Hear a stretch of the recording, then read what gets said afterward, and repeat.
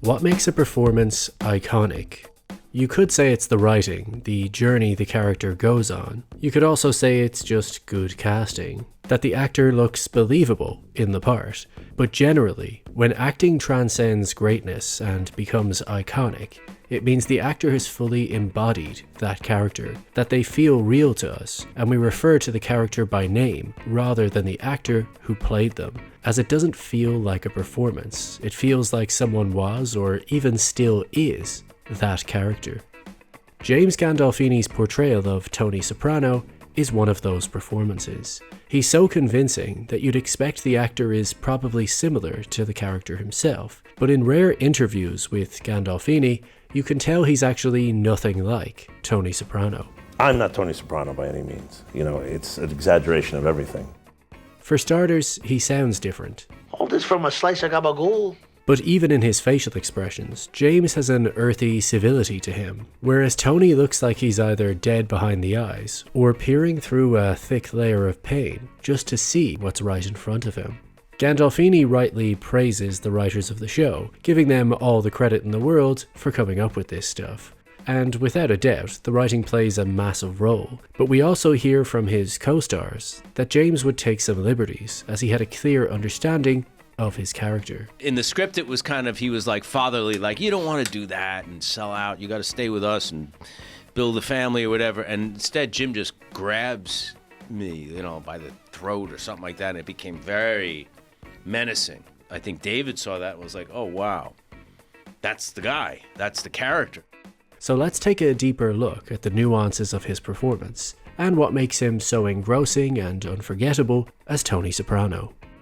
When it comes to writing a great character, if it's done correctly, the audience should understand the character enough that they could easily pluck them out of one story and place them into another, and still intuitively know how they would react in that new environment, as they're consistent. But in even deeper characterization, characters should not only have an easily identifiable voice, so if you read it on a page you would just know whose line it is, but should also have different dynamics with each character in their life. This is what makes James Gandolfini's Tony Soprano an intriguing anti-hero to follow, because if you think he's too brutal in one scene, then you're about to see him behave very vulnerable in the next. If you think he's too angry and emotive, you're about to see him bottling it all up.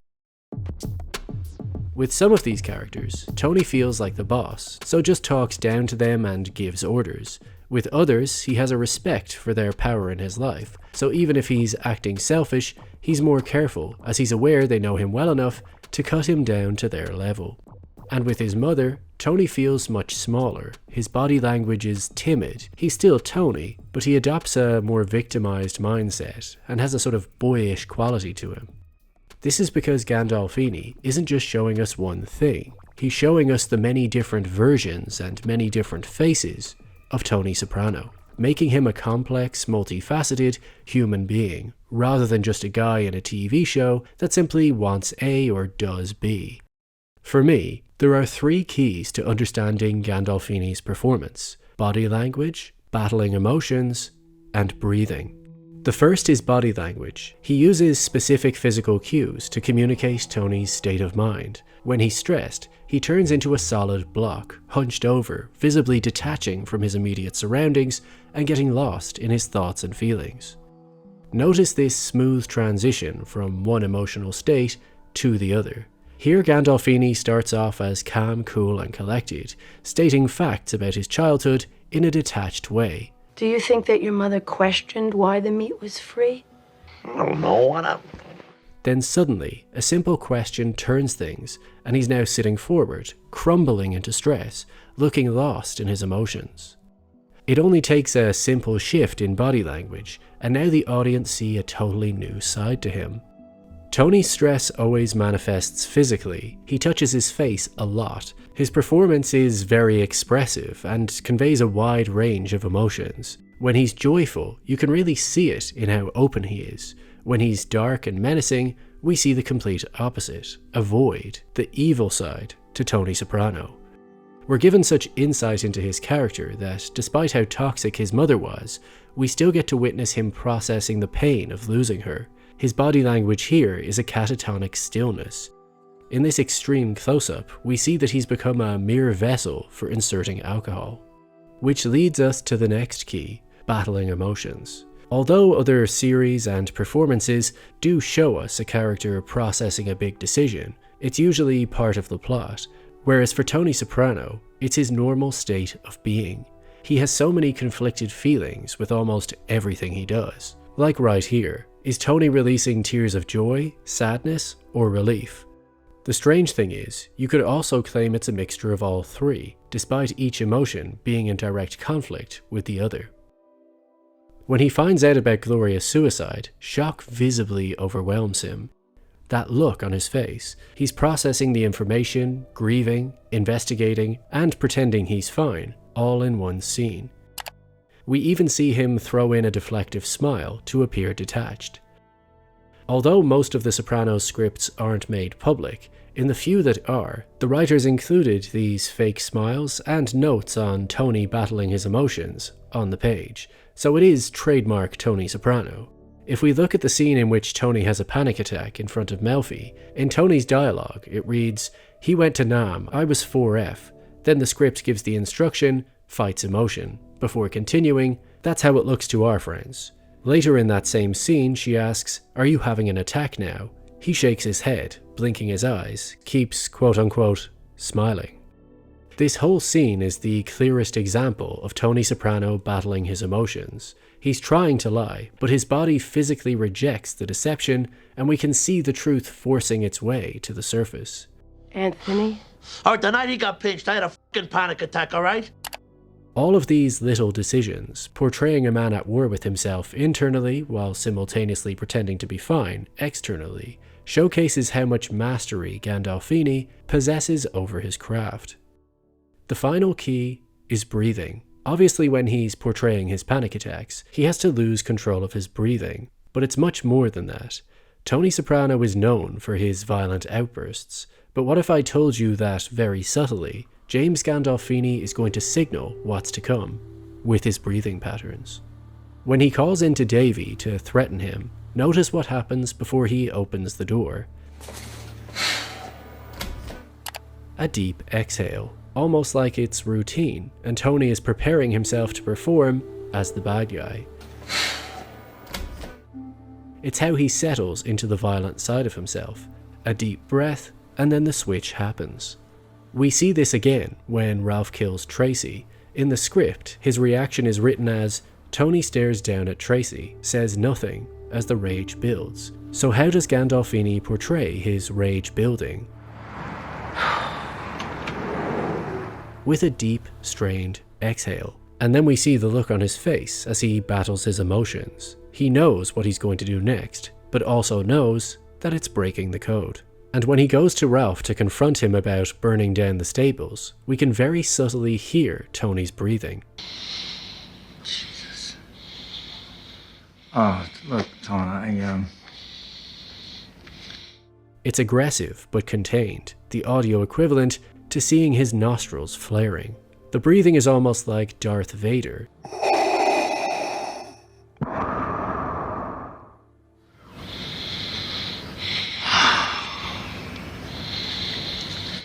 Subtly letting the audience know a storm is coming.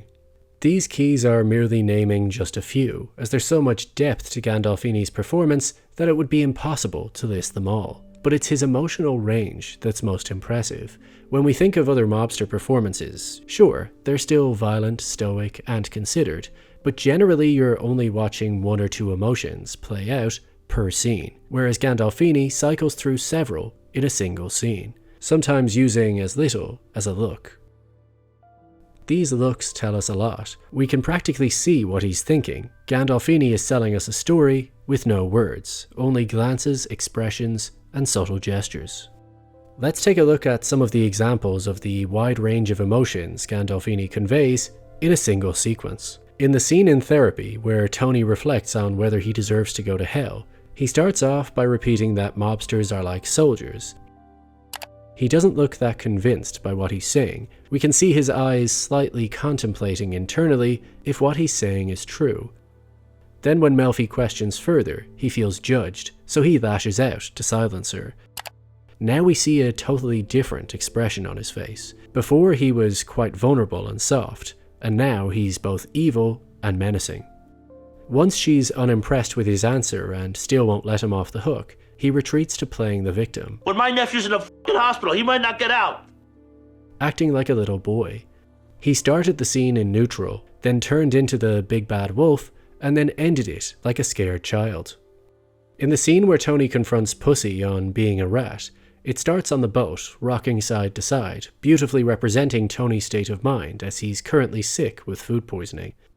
The blocking to the scene is smart, as Tony blocks the door so there's no way out but through him. Gandolfini initially looks angry and intimidating.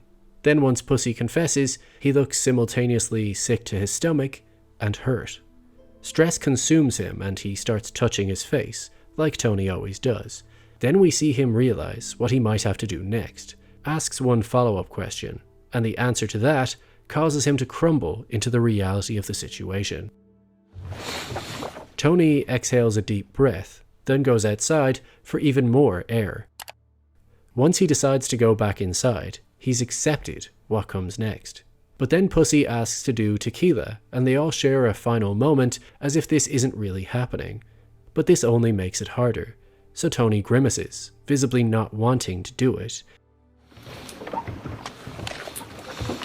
We hear Tony exhaling through his nostrils in preparation, visibly upset. But despite his conflicted emotions, he goes through with it.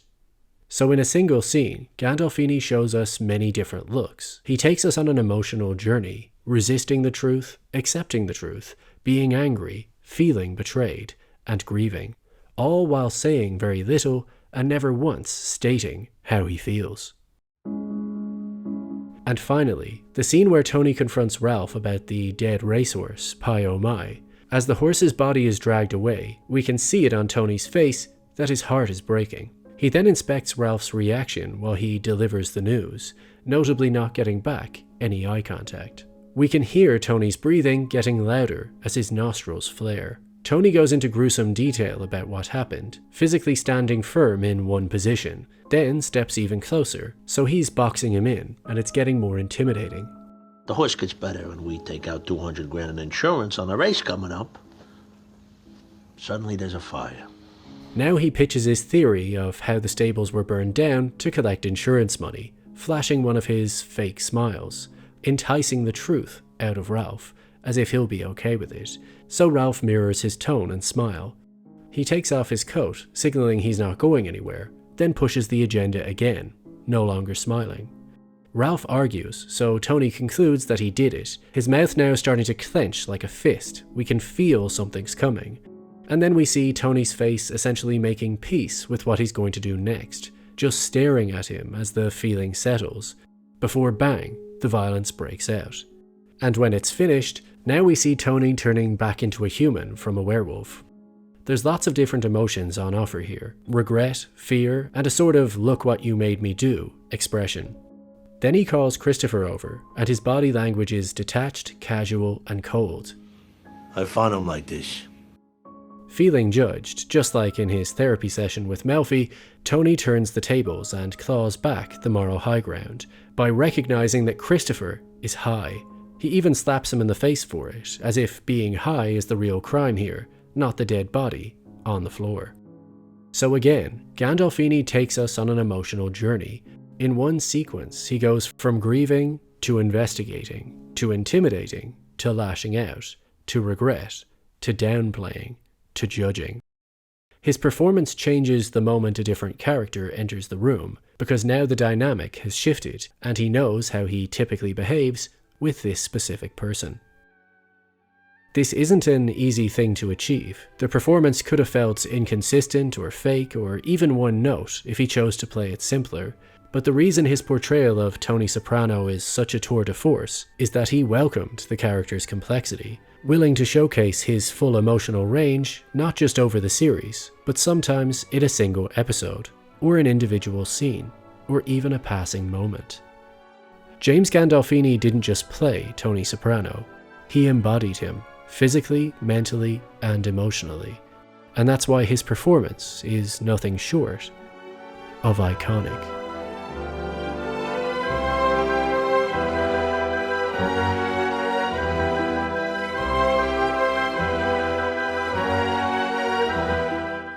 If you enjoy content like this and want to see more of it, please do consider supporting me on Patreon, as it really does make a difference to how much content I can pump out. Or if you can't afford that, then simply like the video, subscribe, and leave a comment down below to help the algorithm do its thing.